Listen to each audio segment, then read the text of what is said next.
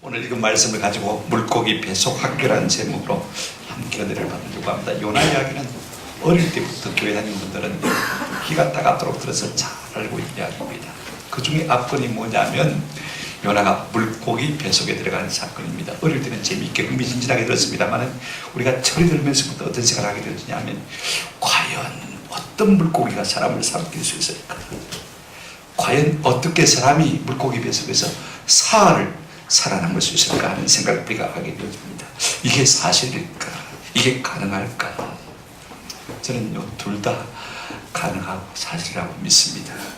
여러분 왜 그러냐면요, 성경은 기적이 없는데 기적이 있다고 말하지 않습니다. 기적이 있는데 기적이 없다고도 말하지 않는 진실한 책이기 때문에 그렇습니다. 아멘? 성경이 그렇게 말했다 하면요 그런 것입니다. 저는 그렇게 믿어요. 과학의 시대지만은요.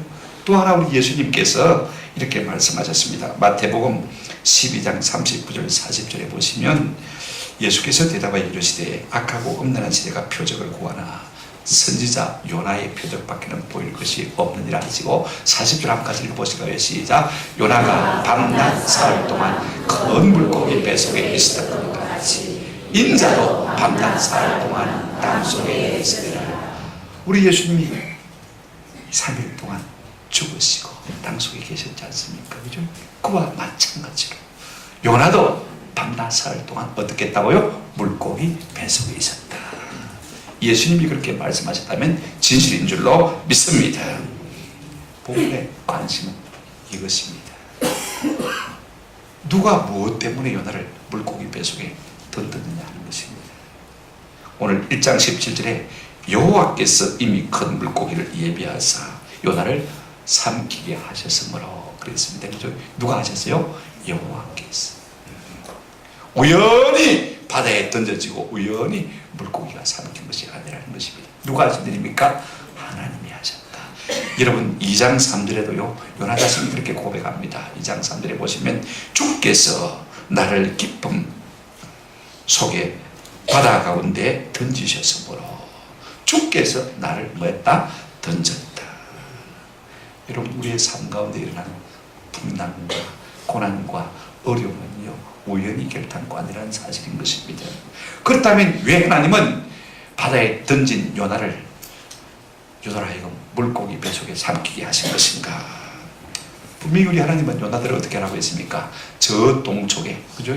낙타 타고 그죠? 니느웨 성에 가서 회개의 말씀을 전하라고 하셨습니다. 불구하고 요나는 그게 싫어서 어떻게 합니까? 배를 타고 서쪽으로 지금 다시스로 가고 있는 중입니다. 그의 풍랑을 만났고 또 제비에 뽑혔어요. 하나님께서 요나를 막으시는 것을 요나는 분명히 알고 있음에도 불구하고 순종하지 않는 것을 볼 수가 있습니다. 그래도 말을 안 들으니까 하나님께서 그약지방으로 바다에 던질 뿐 아니라 요나를 물고기 뱃속에 집어넣은 것을 우리가 볼 수가 있습니다. 그렇다면 대체 이 물고기는 어떤 물고기냐? 아마 많은 분들이 고래를 생각할 것입니다만 성경에 어떤 번역도 고래라고 번역한 것이 없습니다. 근데 무슨 고기냐는 것이 중요한 것이 아니고 우리가 물고기 뱃속이라는 환경이 참 중요해요. 여러분 큰 고기가 우리를 삼켰다면 첫째 어떤 현상이 일어나겠습니까? 호흡에 문제가 생기지 않겠습니까? 그죠? 그 좁은 공간에 들어갔으니까 숨을 제대로 쉴 수가 있겠습니까? 둘째는요 소화의 문제입니다. 일단 윗속으로 뭐든지 들어가게 되어지면요 강한 염산 위액을 뿜어내게 되어 있습니다. 사람이 염산태를 당하고 살 수가 있겠습니까? 생각해 보세요. 실제가 뭐냐면요 용신의 문제입니다. 여러분 위는 일단 음식이 들어오면요 쥐어짭니다. 그죠? 주물거리지 않습니까? 용신할 수 없는 그 좁은 공간에서 지금 위가 말입니다 쥐어짜면 사람이 어떻게 되겠습니까? 사흘이 아니라 1시간도 버틸 재간이 없는 것입니다. 그러나 성경은 이런 과학적인 문제에 대해서는 함구하는 것을 볼 수가 있습니다. 그러므로 우리가 관심을 가져야 할 것은요 이 물고기 뱃속이라는 환경이 어떠하냐 하는 것이 참 중요합니다. 여러분 삼척 동자도 상상할 수가 있습니다. 시시각각 제깍제깍 사망의 그림자가 지금 그를 쥐어오고 있는 것을 볼 수가 있습니다. 사망의 공포를 가장 잘 느껴주는 곳이라는 것을 우리가 짐작할 수가 있습니다. 여러분 이 물고기 뱃속은요 두 개의 문밖에 없습니다. 하나는요 우리가 계속해서 거스림으로 사망을 향해서 나가든지 하나는 우리의 불순종을 회개하고 그죠? 생명의 길로 나가든지 두 문밖에는 없는 것을 볼 수가 있습니다. 마치 지금 이 요나는요, 고장난 잠수함 같은 물고기 뱃속에 들어와 있는 것입니다. 그 순간, 절체절명의 순간에서 하나님과 만나지 않을 수가 없는 것입니다. 여러분들은 모르겠습니다. 이 물고기 뱃속과 같은 그런 환경, 그런 경험을 해보신 적이 있는지 모르겠습니다만, 때때로 우리가 생활하면 이와 같은 환경을 만날 때가 있지 않습니까? 무엇 때문에 하나님께서 이 물고기 뱃속과 같은 환경을 우리 가운데 허락하시는 것입니까? 우리를 죽이실 것 같으면 저는 결단코 하나님께서 이렇게 하지 않는다고 생각해요. 요나를 죽이실 것 같았더라면 풍랑도 일으키지 않았을 것이고, 그 다음에 잼이 뽑히지도 않게 하실 것이고, 바다에 들어던지도 않았을 것입니다. 한번 생각해 보십시오. 그냥 내버려 두면 됩니다. 경상도 말로 네 저대로 해라 하고 내버려 두면 그 길로 그것이 사망의 길인 것입니다. 그러나 하나님께서는요, 요나를 들어 고쳐서 사용하실 선한 마음을 가지고 계셨기 때문에 지금 이 물고기 뱃속이라는 학교에 요나를 입교시킨 것을 우리가 볼 수가 있습니다. 그러므로 하나님의 뜻은요, 항상 신실하십니다. 하나님의 뜻은 항상 선하십니다. 디모데후서 2장 13절에 보면 이런 말씀이 있어요. 우리는 밑범이 없을지라도, 우리는 신실함이 없을지라도, 우리는 선량함이 없을지라도 주는 항상 어떡하다고요? 미쁘시다, 선량하고 신실하시다, 그렇게 말하고 있는 것을 볼 수가 있습니다. 우리를 향하신 하나님의 뜻은요, 항상 신실하시고 선하신 것을 볼 수가 있습니다. 그 때문에 하나님께서 지금 요나를 물고기 뱃속 학교에 입학시킨 것입니다. 그렇다면요, 무엇을 위해서 이와 같은 학교에 입학시킨 것일까? 물고기 뱃속 학교라는 이 학교는 어떤 커리큘럼을 가지고 있는 것인가? 어떤 교과 과정을 가지고 있는 것인가? 무엇에 폐쇄해야 되는 것인가? 우리가 한번 좀 생각해 봤으면 좋겠습니다. 첫째는요, 이 물고기 뱃속 학교의 교과 과정은 한번 더 합시다. 기도, 회복입니다. 하나님께서 이 요나를 물고기 뱃속 학교에 입학시킨 것은요, 요나로 하여금 기도 생활을 회복하도록 하기 위함인 것을 볼 수가 있습니다. 여러분 보십시오. 이 요나는 선지자지만은요, 그 큰 바다에 물결이 일어날 때도요, 기도하지 않은 사람인 것을 볼 수가 있습니다. 우리가 1장에서 살펴보았지만 요나가 지금 다시스로 도망가는 배 속에서, 모라처럼 폭풍 속에서도요, 전혀 기도하지 않았습니다. 많은 사람들이 혼비백산해서 자기 신들의 이름을 부르면서 기도하고 난리 소동을 부려도요, 요나는 어떻게 했습니까? 배 밑창에 들어가서 뭐 했습니까? 코를 골며 잠을 자고 있었던 것입니다. 지난 시간에 다 살펴보지 않습니까? 심지어는요, 선장이 와서 그를 깨웠어요. 1장 6절에 보면 선장이 그에게 가서 이르되 잘한 자여 어찌함이냐, 일어나서 내 하나님께 구하라. 그렇게 책망하고 그랬습니다만은요, 그 다음에 요나가 일어나서 기도할 말이 성경에 있습니까? 없습니까? 없습니다. 여러분, 불순종하는 사람은요, 좀처럼 기도하기가 어려운 것을 볼 수가 있습니다. 한번 더 합시다. 기도가 없는 영혼은 날마다 질식을 경험합니다. 이거 하셔야 돼요. 기도하지 않으면 내가 내 마음대로 살 것 같지만 그렇지 않습니다. 만약 기도하지 않는 영혼이 하나님의 자녀라면요, 하나님은 그것 때문에 요나처럼 우리를 물고기 뱃속에 던질 수가 있습니다. 이거 우리가 하세요. 할레스비 목사님은 기도란 구원받은 사람의 생명 안에 있는, 한번 더 합시다, 심장의 고동이다. 기도하지 않는 영혼은 심장에 고동이 없는 사람이죠. 영적으로 무슨 사람입니까? 죽은 사람인 것입니다. 우리가 거스리고 불순종하면요, 기도가 안 되어져. 이어서 이 할레스비 목사님은 말하기를, 하나님의 자녀가 기도하지 않는 것은 주를 가장 슬프게 하는 것이다, 그랬습니다.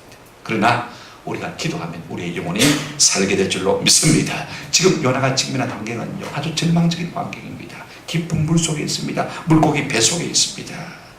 산소는 점점 줄어들고 숨은 쉴 수가 없고요, 머리가 깨어질 정도로 아프고요, 온 몸뚱이를 어떻게 할 수 없을 정도로요, 물고기의 위가 주물럭거리는 것을 볼 수가 있습니다. 마구 염산을 뿜어냅니다. 오늘 우리가 불순종한다고 해서 요나처럼 물고기 뱃속에 들어갈 확률은 없습니다. 그러나 여러분, 하나님은 얼마든지 우리의 삶 속에서 요나의 물고기 뱃속과 같은 환경을 만드실 수가 있는 분입니다. 갑자기 교통사고를 당하거나 조금 아파서 병원에 갔는데 갑자기 위암말기라는 진단을 받게 됐을 때, 여러분 한번 생각해 보십시오. 꼭 그 속에 물고기 뱃속은 아니지만 그와 같은 위기감을 느끼지 않을 사람이 아무도 없는 것입니다. 점점 사망의 시각이 째깍째깍 우리를 재우는 것을 느낄 수밖에 없을 것입니다. 고통이 점점 우리를 옥죄올 것입니다. 숨쉬기조차 힘들 것입니다. 물 삼키기도 어려울 것입니다. 이루 말할 수 없는 고독과 고통이 우리를 옥죄오는 것을 느낄 수밖에 없을 것입니다. 오늘 요나가 보십시오. 그 절체절명의 순간에 하지 않은 것이 무엇입니까? 발작적인 두려움 때문에 발광하거나 몸부림칠 수도 있을 것입니다만은, 얼마든지 하나님을 원망하고 저주할 수도 있을 것입니다만은 그렇게 하지 않았습니다. 그는 체념하지도 않았고 절망하지도 않았습니다. 어떻게 했습니까? 그 순간 요나가 한 것이 무엇입니까? 자, 1절 보시기 바랍니다. 자, 물고기 뱃속에 들어가 요나가 어떻게 합니까? 물고기 뱃속 학교에 들어가자 말자 요나가 한 것이 무엇이죠? 2장 1절 한번 같이 읽겠습니다. 시작. 요나가 물고기 뱃속에서 그의 하나님께 기도하여 라고 말하고 있습니다. 차츰 어식이 힘해지는 가운데서도 뭐 했습니까? 기도한 것을 볼 수가 있습니다. 그의 마음이 이 문제의 유일한 해결자 되시는 하나님께로 기울어진 것을 우리가 볼 수가 있습니다. 그렇다면 하나님께서 요나를 물고기 뱃속 학교까지 이끄신 목적이 무엇입니까? 그를 몰아가신 이유가 무엇입니까? 지금 보십시오. 숨은 점점 가빠갑니다. 팔도 들어볼 수 없고 다리도 움직일 수가 없습니다. 그 상황 가운데서 요나가 생각한 것이 무엇입니까? 하나님 한 분 외에는 내게 소망이 있겠습니까? 없겠습니까? 없지 않습니까? 그 절박한 순간에 하나님의 이름을 불러 아뢰는 것을 볼 수가 있습니다. 2절에 보시기를 바랍니다. 이르되 내가 받는 고난으로 말미암아 여호와께 불러 아뢰었더니 내가 서울의 뱃속에서 부러지졌더니 라고 말하고 있는 것을 볼 수가 있습니다. 그의 고난으로 말미암아 하나님 앞에 기도한 것을 볼 수가 있습니다. 때로 우리가 고난은요, 하나님께서 우리를 부르시는 초청장인 줄로 믿습니다. 오늘 요나와 같은 고통이 우리 가운데 있다면요, 사방에서 뭔가가 나를 옥죄하고 있다면 하나님께서 기도의 자리로 나를 부르고 계신다라고 그렇게 여기시면 될 것 같아요. 여러분, 호흡이 얼마나 중요한지 모릅니다. 우리 김영호 집사님 이제 다음 주에는 병원에 입원해서 수술을 하게 됩니다만은요, 여러분 대수술을 받을 때는 어떻습니까? 누구나가 다 이 고래배석과 같은 사망의 터널을 지날 수밖에 없는 것입니다. 그와 같은 고통, 고독 느낄 수밖에 없는 거예요. 근데 수술을 받고 난 다음에 수술을 아무리 잘해도요, 회복실에서 숨을 쉬지 않으면요, 다 모든 것이 무의로 돌아갈 수밖에 없는 것입니다. 수술을 마치고 난 다음에 숨을 잘 쉬어야 돼요. 우리 김영호 집사님 호흡이 좀 약해서 요즘 숨 쉬는 연습을 열심히 하고 계십니다만은요, 수술하고 난 다음에 숨을 잘 쉬어야 돼요. 그렇지 않습니까? 그래야 회복이 가능하거든요. 숨을 제대로 쉬지 못하면 수술을 아무리 잘 마쳐도 폐가 풍선처럼 쪼그라드는 것을 볼 수가 있어요. 그러면요, 숨을 못 쉬면 죽는 것이죠. 여러분, 성도에게 기도는 뭐가 같으냐면요, 한번 들어갑시다. 기도는 호흡과 같습니다. 요나는 기도하면서 절망을 이기고 영적인 피곤을 이기고 생각이 바뀌고 확신과 담대함을 가지고 순종의 길로 달려가는 것을 볼 수가 있습니다. 그렇다면 오늘 우리의 기도 생활은 어떻습니까? 여러분들은 기도에 깨어 있습니까? 저는 우리 모두가요, 하나님이 요나와 같이 우리를 물고기 뱃속으로 몰아넣으시기 전에 좀 깨어 기도하는 은혜가 있기를 주의 이름으로 축원합니다. 두 번째로 여러분, 물고기 뱃속의 학교의 교과 과정은요, 말씀 회복입니다. 요나가 절망 중에서 기도하지 않습니까? 그런데 놀라운 것은요, 그가 기도하면서 그 속에 말씀이 회복된 것입니다. 그래서 기도가 말씀이 되고 말씀이 기도가 된 것을 볼 수가 있어요. 어떤 위기 가운데 우리가 있다 할지라도 기도가 내 심령 깊은 가운데서 우러나오고 내 심령 깊은 가운데서 말씀이 솟구쳐 오르면요, 살게 될 줄로 믿습니다. 여러분, 요나가 어떻게 말씀을 기억했습니까? 그런 것이 오늘 본문에 어디 있습니까? 여러분 눈에 보입니까? 안 보이죠, 그죠? 근데 제 눈에는 보여요. 자, 보시기 바랍니다. 고난 가운데요, 우리 속에서 나도 모르게 말씀이 솟구쳐 오르면요, 상황이 끝이 난 것이 결단코 아닙니다. 상황 끝이 아닙니다. 우리에게 소망이 생겨날 줄로 믿습니다. 자, 보시기 바랍니다. 지금 요나의 기도를 우리가 가만히 보게 되어지면요, 전부가 시편의 말씀의 원용이에요. 2장 2절 보시기 바랍니다. 이르되 내가 받는 고난으로 말미암아 여호와께 불러 아뢰었더니 주께서 내게 대답하셨고 내가 서울의 뱃속에서 부르짖었더니 주께서 내 음성을 들으셨나이다. 이 말씀은요, 시편 120편 1절 내가 환난 중에 여호와께 부르짖었더니 내게 응답하셨도다 라는 말씀의 원흉이에요. 3절 보시기 바랍니다. 주께서 나를 깊음 속 바다 가운데 던지셨으므로 큰 물이 나를 둘렀고 주의 파도와 큰 물길이 다 내 위에 있나이다. 시편 42편 7절에 주의 폭포 소리에 깊은 바다가 서로 부르며 주의 모든 파도와 물결이 나를 휩쓸었나이다. 이 말씀에 다 원흉이에요. 2장 4절 내가 말하기를 내가 주의 목전에서 쫓겨났을지라도 다시 주의 성전을 바라보겠나이다 했나이다. 이 말씀은 시편 31편 22절 내가 놀라서 말하기를 주의 목전에서 끊어졌다 하였사오며 내가 주께 부르짖을 때 주께서 나의 간구하는 소리를 들으셨나이다. 이 시편의 기도들을 생각하면서 그가 기도하고 있는 것을 볼 수가 있습니다. 7번이나 시편의 말씀을 원용해서 계속 사용하고 있습니다. 기도하면서 말씀이 그 속에 스며서 솟아오르는 것을 볼 수가 있습니다. 오늘 가운데요 기도하다가 말씀이 솟구치면요 사는 역사가 일어나게 될 줄로 믿습니다. 고난 가운데서 기도하다가 말씀을 붙들면요 회복되는 은혜의 새로운 길들이 열리는 것을 볼 수가 있습니다.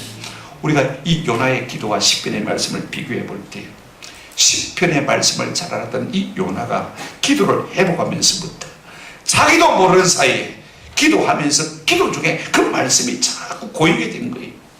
말씀 속에 기도 속에 말씀이 고이면서 흘러들면서요 그의 영혼이 불이 붙기 시작한 것을 볼 수가 있어요.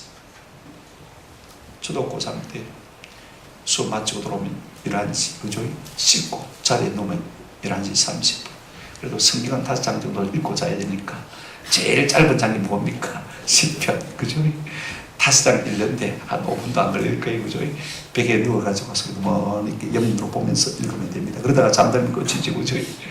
그런데 얄팍한 마음으로 빨리 4장을 읽어야 되니까 빨리 자야 되니까 그렇게 읽는데 하나님께서 반대로 은혜를 주셨어요. 저는 1년 내내 시편의 말씀을 읽으면서 눈물로 베개를 적시지 않은 적이 하루도 없었어요. 그때 가장 제가 은혜를 많이 받았어요. 시편이 한번 더 합시다. 내 기도요 내 찬송이다. 이걸 제가 그때 느꼈습니다. OMF 총무로 계셨던 오살드 샌더스라는 목사님 참 귀한 분인데요 이분이 이런 말을 했습니다. 내 삶의 변화는 시편으로 기도하는 법을 배웠을 때 일어난다. 시편을 가지고 기도하면서부터 내 삶의 변화가 일어난다. 우리 종교개혁 500주년 기념주의를 내년에 맞게 됩니다만 우리 총회에서는 그렇게 권고하더라고. 시편 찬송을 좀 많이 교회에서 부르시기를 바랍니다. 권고사항으로 공문이 하나 내려왔어요. 우리가 시편 말씀을 좀 많이 읽고 묵상할 수 있으면 참 좋겠습니다. 혹시 내가 고난 가운데 있다면요 시편을 읽어보시면요 그 기도가 내 기도고 그 찬송이 내 찬송이고 그 마음이 내 마음이고 동질감을 우리가 느낄 수 있어요. 그래서 하나님의 깊은 은혜 바다 속에 들어갈 수 있는 것입니다. 이 같은 은혜가 있기를 주님의 이름으로 축원합니다. 요나의 기도에 말씀이 비치고 스며드니까 은혜가 터지고요 영적 본질을 회복하게 되었습니다. 요나가 기도의 문을 열고 말씀에 적게 되어졌을 때 가라앉았던 그의 영혼이 다시 떠오르기 시작했습니다. 그래서 사명의 길을 걷게 되어지고 다닙니까? 오늘 우리는 말씀 생활에 얼마나 열심을 내고 있습니까? 기도의 문이 열리기 시작하면요 말씀의 문도 열리고 가라앉았던 우리의 영혼도 떠오르는 놀라운 은혜를 누리게 될 줄로 믿습니다. 이 같은 은혜가 있기를 주의 이름으로 축원합니다. 세 번째 물고기 뱃속 학교의 교과 과정이 뭐냐? 한번 더 합시다. 감사 회복입니다. 감사 회복. 요나에게 기도와 말씀이 회복되어지자 그에게서 감사 찬양이 터져나오기 시작한 것을 볼 수가 있습니다. 9절 말씀 보세요. 나는 감사하는 목소리로 주께 제사를 드리며 나의 소원을 주께 갚겠나이다. 구원은 여호와께 속하였나이다 하니라. 이제 요나가요 기도가 회복되고 말씀이 회복되면서 그 속에 감사가 솟구쳐 나오는 것을 볼 수가 있습니다. 이제는 내가 감사로 제사를 드리고 내 소원을 다 주님 앞에 갚겠다고 하는 것을 볼 수가 있습니다. 여러분 감사가 무엇입니까? 감사는요 입술로 드리는 최고의 예물, 최상의 예명입니다. 여러분 사랑한다는 말보다도요 감사하다는 말이 훨씬 더 깊은 거예요. 아시겠죠? 그죠? 누구에게 감사하다고 할 때 그분에게 최상의 선물을 드리는 거고 그분에게 최고의 영광을 올려드리는 것입니다. 하물며 우리가 하나님 앞에 감사를 드릴 때 그것이야말로 하나님 앞에 드릴 수 있는 최고의 예물이 되어지는 것이고 그것이야말로 하나님 앞에 드리는 최상의 예배가 되어질 줄로 믿습니다. 감사는 말로 찬양은 노래로 하나님께 드리는 최고의 예물, 최상의 예배가 되어지는 것입니다. 감사보다 더 나은 예배가 어디 있겠습니까? 시편 50편 23절에 감사로 제사를 드린 자가 나를 어떻게 한다고요? 영화롭게 한다. 감사가 빠진 예배는 예배가 아닙니다. 그렇지 않습니까? 그런가 하면요, 감사는요 어떤 효능이 있느냐면요, 영육간에 닫힌 모든 문들을 여는 마스터 키와 같은 것입니다. 저는 개인적으로 시편 100편 4절 말씀을 좋아합니다. 자, 오늘 제가 아침에 읽었습니다만 100편 4절 한번 같이 읽어보십시다. 시작. 감사함으로 그의 문에 들어가며 찬송함으로 그의 궁정에 들어가서 그에게 감사하며 그의 이름을 송축하리라. 이 말을 가만히 생각해 보면 감사하고 나아가면 하늘의 문들이 자꾸 열려지는 거예요. 찬송하며 나가면 닫혔던 문들이 열려지는 거예요. 심지어는 하늘 보좌 천국 영광도 다 열려지는 것을 볼 수가 있습니다. 여러분, 우리가 살면서요 닫힌 문들을 지날 때마다, 만날 때마다, 그죠? 열려라 참게 하고, 그럴 때마다 그 주문을 여면 문들이 열려지면 얼마나 좋겠습니까? 이런 주문이 세상에 있겠습니까? 그러나 성경은 우리 있다고 말해주고 있습니다. 한번 따라합시다. 감사하면 문들이 열립니다. 바울과 신라가 감옥 속에서 감사하고 찬송했더니 어떻게 했습니까? 감옥의 문들이 다 열려졌지 않습니까? 감사하는 자에게 모든 닫혔던 문들이 열리는 역사가 일어나게 될 줄로 믿습니다. 심지어는 하나님의 나라에 나가는 문들조차도 감사하고 찬송하는 자에게 열리는 것입니다. 여러분, 감사는요 사람과 막힌 사이에 답을 하는 놀라운 열쇠가 되었습니다. 감사는 불가능을 가능케 하는 능력입니다.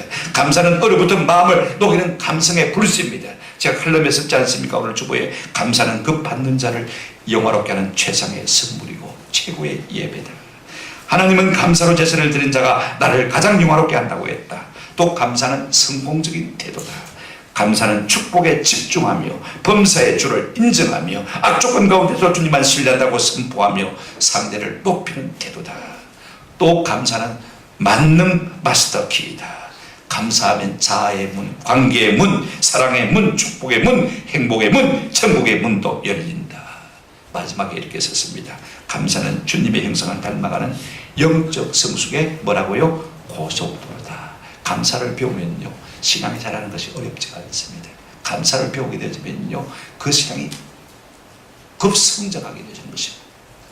이 같은 은혜가 있기를 주의 이름으로 축원합니다. 여러분, 감사는 건강의 문도 엽니다. 에몬세와 맥클로 박사가 쓴 감사심리학 책에 보면요 감사는 심장 박동과 혈압과 호흡까지도 정상화시킨다. 감사는 휴식보다도 몸을 훨씬 더 안정적으로 만드는데 고혈압, 부정맥, 호흡곤란 등 어떤 형태의 질병도 다스리는 최고의 명약이다. 그러므로 감사는 한번 따라합시다. 만명을 통치하는 최고의 명약이다. 감사심리학에서 그렇게 쓰고 있는 것을 볼 수가 있습니다. 오늘부터 한번 실천해 보시기 바랍니다. 우리 황성주 박사, 지금 목사가 됐습니다. 서울대 의대를 나온 분입니다. 생식 있게 회사도 차려서 돈을 많이 벌고 있는데, 이분이 일본에 가서요 이제 건강 세미나를 했습니다. 근데 건강 세미나를 마치고 나니까 어떤 할머니가 앞으로 그러더니 박사님 너무 감사합니다. 저도 병원에서 폐암 말기로 진단을 받았는데 지난 3년 동안 감사를 하루에 5번 이상 실천했더니 MRI를 다시 가서 찍었는데 깨끗하게 폐암이 없어졌습니다. 그래서 늘 감사합니다. 여러분, 저는 감사를 한번 실천해 보시기 바랍니다. 저도 몸이 약한 사람인데 모든 질병이 제 요건을 보면요 다 올 것 같은데 그래도 하나님께서 늘 감사하니까요 막아주실 것 같아요. 아멘? 아멘. 그렇습니다. 저는 그렇게 늘 생각해요. 감사는요 놀라운 환경의 문도 열어가는 것을 볼 수가 있습니다. 멀리키로더스 목사님은 군목입니다.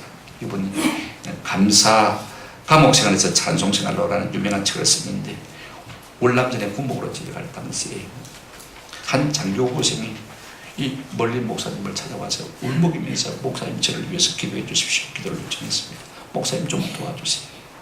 제 아내가 이혼을 요구하고 있습니다.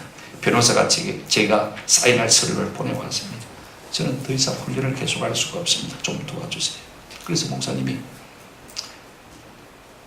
우리 지금 같이 무릎을 꿇고 하나님 앞에 감사의 기도를 드리자. 감사의 기도를 드리자. 그랬더니 이 사람이 깜짝 놀라가지고, 아니 어떻게 요난 일이 감사할 일입니까? 물었습니다.